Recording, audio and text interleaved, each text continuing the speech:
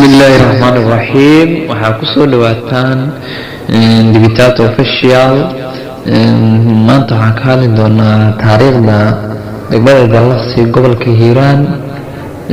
bismillah.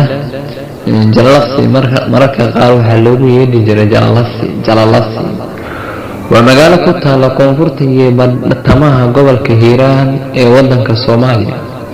magaalada Jallaqsi waxay dhacdaa meel u dhaxaysa wabiga Shabeelle iyo Buuloburti iyo Jowhar.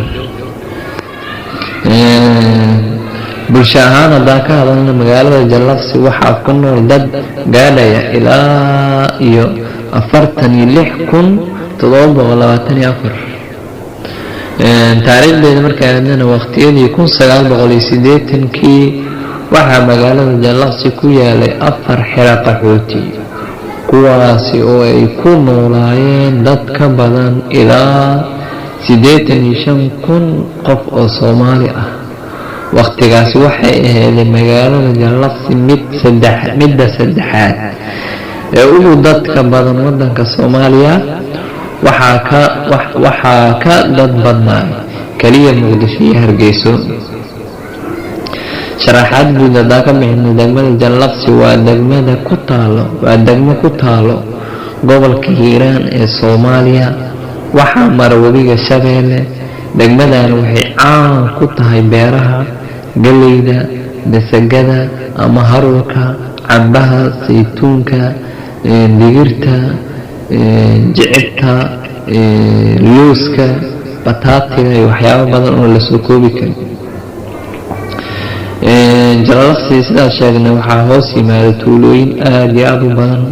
in yar haddaan kasoo koobno Iji, Bukuraale, Dirgoos, Afcad, Jimbiley, Shaw, Fiigow iyo in ka badan oo la soo koobi karin. waxaa Jallaqsi lagu tilmaamaa in ay ka mid tahay meelaha aysan si aad ah u saameynin dagaalada sokeeye, inkastoo ay iska hor imaado badani ka dhaceen. dadka caanka ay ka soo baxay degmada Jallaqsi haddaan hal ama laba ka sheegno waxaa ka mid ah madaxweynihii Jamhuuriyadda Federaalka Soomaaliya ee hore mudane Xasan Sheekh Maxamuud. sidaan ognahay waa magaalada saddexaad ee dhanka magaalooyinka si u kala weyn marka loo eego waa magaalada saddexaad ee gobolka Hiiraan. la dhihi karo Beledweyne iyo Buuloburti magaalada soo saddexayso waa Jallaqsi.